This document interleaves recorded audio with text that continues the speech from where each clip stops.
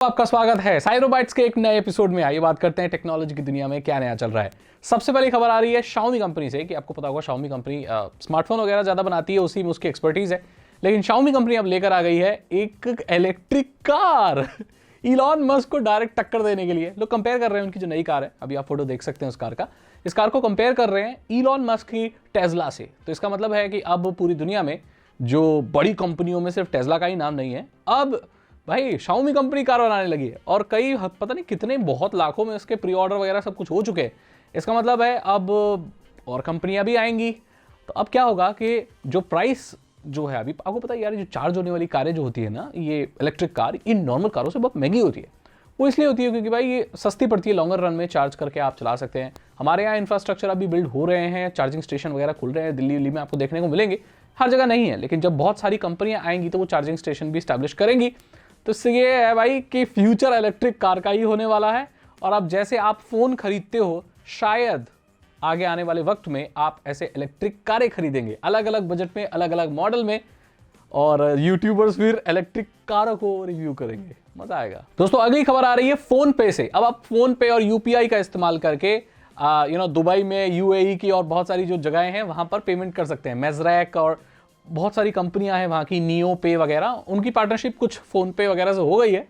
तो अगर आप भाई दुबई जाते हो, वाला है बेबी, अगर आप जाते हो दुबई या यूएई जाती, तो वहाँ जाके तुम क्यूआर कोड लगा सकती, पैसा पे कर सकती, तो जो है आपका कन्वर्ट हो जाएगा, इंडियन रुपी का जो भी कन्वर्जन होगा वो हो जाएगा। और बाहर जाके यूएई में आप अपने यूपीआई कर सकते हो। भाई डिजिटल इंडिया की छाप अब विदेशों में भी आ रही है, तो ये बहुत अच्छी बात है। धीरे धीरे मुझे ये लगता है कि जितने भी हमारे मित्र देश हैं उन सभी में यूपीआई सपोर्ट हो जाएगा। तो बड़ी अच्छी बात होने वाली है कि अब जो पेमेंट प्लेटफॉर्म यहाँ हमारे यहाँ चलता है वो अब पूरी दुनिया में चलेगा, तो हमें कोई दिक्कत नहीं होगी अगर हम विदेश जाके कुछ खरीदना चाहें तो। अगली खबर आ रही है कि माइक्रोसॉफ्ट जो वर्डपैड नाम की जो उसकी एक सॉफ्टवेयर जो एप्लीकेशन है, जो सॉफ्टवेयर है, वो हटा देगा। वर्डपैड जिसको आप विंडोज में पहले से ही पाते हो, आपके पास नोटपैड तो होता ही है ना, एक वर्ड पैड भी होता है। ये विंडोज 95 से ही चला हुआ आ रहा है। विंडोज 95 कब आई थी कमेंट सेक्शन में बताओ। साल हो गए भाई, कई दशक हो गए।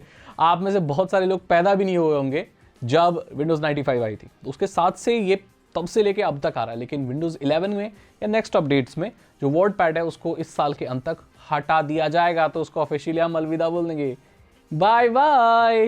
दोस्तों अगली खबर भी माइक्रोसॉफ्ट से ही आ रही है कि माइक्रोसॉफ्ट का ये कहना है कि भाई जो भी कंपनियां विंडोज लैपटॉप बनाती हैं, डेल, इंटेल और जो भी है ना, एचपी, वो अब अपने लैपटॉप में एक को पायलट की स्पेशल दे। अब वो पता है जितने भी अभी आप विंडोज का कीबोर्ड खरीद लो मार्केट में जाके, 150-250 का या कितने का भी लैपटॉप खरीद लो, सब में विंडोज की होती है ना, दबाते विंडोज को खुल जाता है, वो शुरू से चल रहा है। अब ये इसलिए होता है क्योंकि भाई ये हार्डवेयर विंडोज के लिए ही बने होते हैं, राइट, तो है। लेकिन को पायलट का बटन नहीं है। तो ये को पायलट का एक्सेस लोगों को आसान करने के लिए माइक्रोसॉफ्ट ने ये बोला है कि भाई आगे सारी विंडोज में हम को पायलट तो देने वाले हैं, तो क्यों ना एक डेडिकेटेड की आप बना दो, अगर ऐसा हो सकता है तो ठीक है। अब इस चीज को फॉलो करेंगे लोग, क्योंकि लोग ज्यादातर विंडोज इस्तेमाल करते हैं, तो ये बटन वो ऐड कर देंगे। तो आने वाले जितने नए लैपटॉप हैं उनमें आपको को पायलट का बटन देखने को मिल सकता है। और लीक से ये भी सामने आ रहा है कि जो माइक्रोसॉफ्ट की जो विंडोज सर्वर 2025 जो है आने वाली, ये जो नई चीज है, उसमें कोपायलट नहीं है, क्योंकि वो सर्वर्स के लिए और सब चीजों के लिए। तो अब जो भी अपडेट होगा मैं बता दूंगा, लेकिन ऐसा अनुमान लगाया जा रहा है और लीक्स भी आ रही है कि जो सर्वर एडिशन होगा विंडोज का, उसमें कोपायलट नहीं होगा। वो इसलिए नहीं होगा भाई, वो अलग लोगों के लिए बनी है और किसी को कोपायलट थोड़ी चाहिए। पता है हर किसी को नहीं चाहिए कोपायलट, लेकिन फिर भी पता नहीं क्यों माइक्रोसॉफ्ट इसको हर जगह पुश करने की कोशिश कर रहा है। I don't know why. दोस्तों अगली खबर आ रही है गूगल से कि उनका जो जेमिनी है, जेमिनाई जो भी बोलते हो, जो उनका एआई है, जो कि पहले बार्ड के नाम से फेमस था, उसे अब अपने वो मैसेजेस बीटा ऐप में बाय डिफॉल्ट डालने की कोशिश कर रही है, यार टेस्ट कर रही है, क्योंकि बीटा स्टेज में। इसका मतलब है कि जो आप नॉर्मल एसएमएस या मैसेजेस भेजते हैं, चाहे वो आरसीएस बेस्ड हो या नहीं हो, तो उसमें भाई आप एआई का इस्तेमाल कर सकते हैं सुंदर सुंदर मैसेजेस लिखने के लिए, या ओवरऑल आपके मैसेजेस एआई कंट्रोल करेगी। भाई बहुत विवादपूर्ण बात है ये। आपकी पर्सनल कॉन्वर्सेशन अगर कोई एआई कंट्रोल कर रही है तो it's a very risky thing. कोई ऐसी आइडेंटिटी, कोई ऐसी चीज आपके पर्सनल मैसेजेस को कंट्रोल या कवर कर रही है जिसके काम करने के तरीके को अभी भी आप अच्छे से समझ नहीं पाए।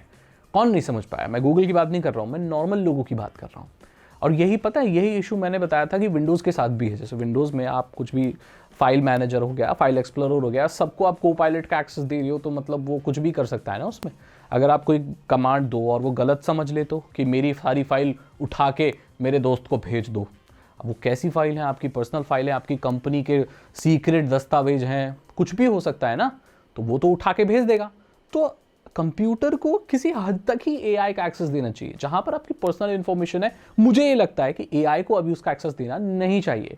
लेकिन ये सारे फीचर्स के साथ ये रिस्क बहुत ज़्यादा बढ़ जाता है। और अब गूगल जैसी कंपनी अगर मैसेजेस में एआई को ला रही है, तो मुझे ये लगता है कि ये एक बहुत अच्छा डिसीजन नहीं है।